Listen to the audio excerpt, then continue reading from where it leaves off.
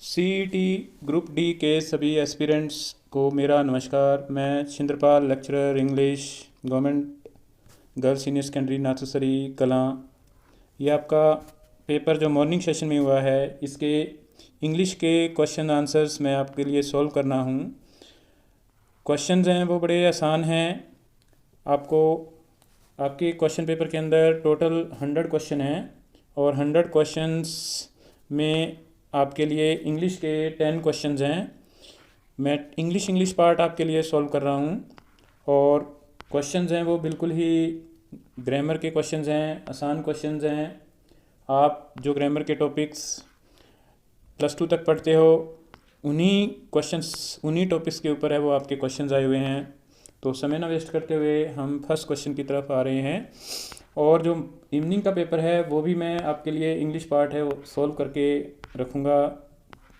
लगभग 10 बजे तक उसकी भी वीडियो में डाल दूंगा, उसको भी आप देख लीजिए। और जिन एस्पिरेंट्स का कल एग्ज़ाम होना है, उन्हें जो टॉपिक अब पूछे गए हैं इन दोनों मॉर्निंग सेशन के अंदर और इवनिंग सेशन के अंदर, उन्हीं से रिलेटेड टॉपिक्स को आपने प्रिपेयर करना है। और इन्हीं सब टॉपिक्स की मैं वीडियोस बना चुका हूँ मेरे चैनल के ऊपर, easy English NCERT learning with Chhindrapal. तो आप ग्रामर सेक्शन के अंदर जा करके, और उसके अंदर जो प्लेलिस्ट का नाम है वो बेसिक ग्रामर है, और दूसरी जो एक प्लेलिस्ट है उसके अंदर आपको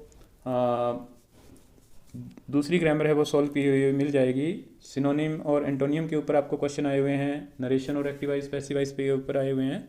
तो ये सारे टॉपिक्स मैं ऑलरेडी कवर कर चुका हूँ। तो फर्स्ट क्वेश्चन लेते हैं। स्पेलिंग के ऊपर मैंने वीडियो बनाई हुई है ऑलरेडी। पहला क्वेश्चन स्पेलिंग के ऊपर ही है, आप उसको देख लेना। बेसिक ग्रामर्स के अंदर आपको मिल जाएगी। वो क्या है कि चूज़ दी करेक्टली स्पेल्ड वर्ड। तो आपको जो वर्ड बिल्कुल करेक्ट है, जिसकी स्पेलिंग बिल्कुल करेक्ट है, वो आपको बताना है। क्या है? First HUMOROUS, HUMOROUS, HOMOROS, HUMAROUS। तो इसके अंदर ह्यूमरस वर्ड है ये। तो ह्यूमरस की जो ब्रिटिश स्पेलिंग होगी वो HUMOROUS। सेकंड ऑप्शन है वो बिल्कुल करेक्ट है। तो आपका आंसर रहेगा सेकंड वाला।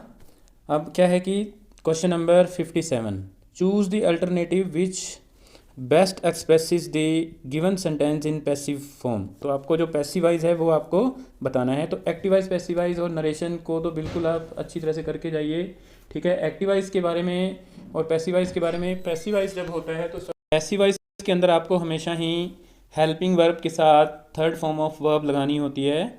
और नरेशन के अंदर आपको हमेशा ही अपना जो इनडायरेक्ट स्पीच देनी होती है वो पास्ट टेंस के अंदर देनी होती है। तो क्या है सेंटेंस आपका है, the accountant took the cheque from the customer. अब देखिए बिल्कुल आसान क्वेश्चन है। जो the answer, the accountant took the cheque from the customer.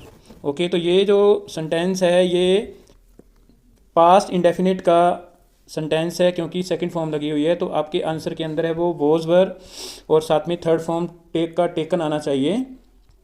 Was were और साथ में टेकन। अब अकाउंटेंट, अब चेक की बात हो रही है, चेक हमारा ऑब्जेक्ट है, तो हमारा आंसर रहेगा the cheque was taken from the accountant, from the customer by the accountant. तो बी आंसर है वो बिल्कुल करेक्ट आ रहा है। The check was taken from the customer by the accountant. Now question number 58, in the following questions the first and the last part of the sentence are numbered S1 and S2. The rest of the sentence is split into 4 parts and named P1, Q, R and S. These 4 parts are jumbled. Rearrange them in correct order. तो आपको ये jumble का question है। Jumble के question हैं वो Haryana board के class 10th या 12th में या 11th में तो नहीं है, लेकिन CBSE बोर्ड के अंदर क्लास 10th में ये होते हैं। तो वहाँ से आपको ये प्रिपेयर करना होता है। क्या है? इवन S1 इसने दिया हुआ है, even today in many countries. और इसने S लास्ट में जो आएगा एजुकेशन एंड वोकेशन ट्रेनिंग दी हुई है। अब क्या है कि neglected and there are far, ये P है। Q है आपका women continue to be, R है वो who have had the benefit of, and S दिया हुआ है फ्यूअर वीमेन देन मेन। तो ये आपका जो सेंटेंस बनेगा वो होगा Even today in many countries women continue to be neglected and there are far fewer women than men who have had the benefit of education and vocation training। तो इसका आपका जो आंसर आएगा वो आएगा QPRS। Okay, QPRS। Okay, B है वो आपका QPSR है, वो बी पार्ट है वो आपका सही है। Now change the following sentences into indirect speech. आपको इनडायरेक्ट स्पीच के अंदर इसको चेंज करना है। Sakshi said to his friend look out there is a snake behind you.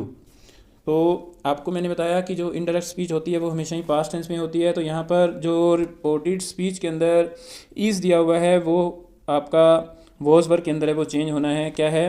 First option है Sakshi told his friend to look out as there is a snake behind you. B है second है Sakshi exclaim to his friend with surprise that there could be a snake behind him. C है seeing a snake behind him Sakshi asked his friend to look out. And fourth है Sakshi warned his friend that there was a snake behind you. और अगर आप answer नहीं करना चाहते तो आपको फिफ्थ ऑप्शन है वो करना है नेगेटिव से बचने के लिए। तो यहाँ पर क्वेश्चन नंबर 59 के अंदर है वो फोर्थ ऑप्शन है वो करेक्ट आ रहा है आपका। Sakshi warned his friend that there was a snake behind him. Yes, now question number pick out the part which has an error. If there is no error your answer is 4। okay, there is the third communication I have sent and I am much surprised at receiving no answer। Okay, ये C part है आपका। तो अगर आपका बिल्कुल sentence correct है तो आपको डी ऑप्शन कर सकते हो। तो यहाँ पर बी पार्ट है उसके अंदर करेक्शन आएगी आपकी this is the third communication I have sent but I am much surprise. Okay, conjunction का यहाँ पर एरर है, एंड की जगह बट आएगा, तो बी पार्ट है वो आपका करेक्ट होगा। Now question number 61 fill in the blanks with suitable alternative. You will, question है you will not overtake him unless you. Okay, क्योंकि अब आपको याद रखना है कि जब फ्यूचर इंडेफिनेट दिया होता है तो उसके साथ में प्रेजेंट टेंस आता है। ठीक है, तो you will not overtake him unless you walk quickly. Okay, तुम उससे आगे नहीं निकल सकते जब तक तुम तेज नहीं चलते। तो यहाँ पर आपका बी पार्ट है वो करेक्ट है। Choose the alternative which best express the meaning of underline idiom. तो ईडियम के ऊपर भी मैं वीडियो बना चुका हूँ, आप वोकेबलरी सेक्शन में जाकर के ईडियम्स जो इंपॉर्टेंट है उसको देख सकते हैं। ए वाइट एलिफेंट, तो वाइट एलिफेंट का मीनिंग होता है अ यूजलेस थिंग। तो यहाँ पर यूजलेस दिया हुआ है। यस, तो बी सेकंड पार्ट है वो करेक्ट है। नेक्स्ट है 63 find out the antonym of frequent. तो फ्रीक्वेंट होता है जो लगातार होता है, तो यहाँ पर इसका एंटोनियम जो होगा वो होगा rare. A is correct, first is correct. Now 64 find out the synonym of the underline word in the following sentence. To travel hopefully is better thing than to arrive and the true success is to labour. तो यहाँ पर hopefully का मतलब यहाँ पर जो synonym आएगा वो पॉजिटिवली आएगा। To travel positively is better thing.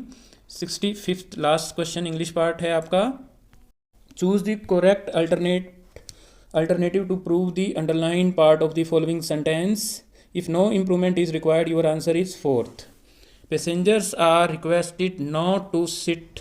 Okay, not to sit on the floor. तो यहाँ पर बिल्कुल ये सेंटेंस करेक्ट है, no improvement is required, 4th is the right answer. So students, I have solved 10 questions of your English part. I will not solve rest of the paper because I am not so expert to solve rest of the part. Okay, those students who are appearing tomorrow in the exam, okay, they can revise these topics, and most of the topics I have already covered on my YouTube channel Easy English NCERT Learning with Chindrapal. You can watch the videos on grammar, on vocabulary section, and on